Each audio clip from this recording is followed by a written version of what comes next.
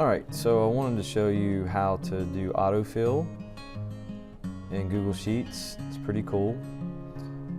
If you notice my cursor, you put it right here over this little square it's highlighted, and then you drag it.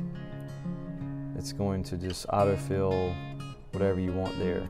Now if I hold the control key on a number and drag it, it actually gives me options to have different numbers synced in there, so that's pretty cool.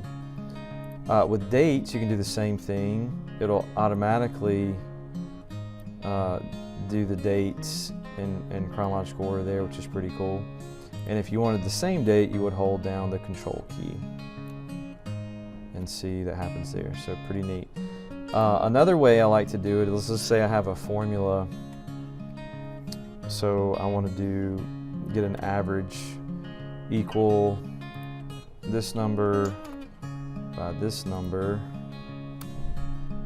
okay, and it's 80%. I can actually drag down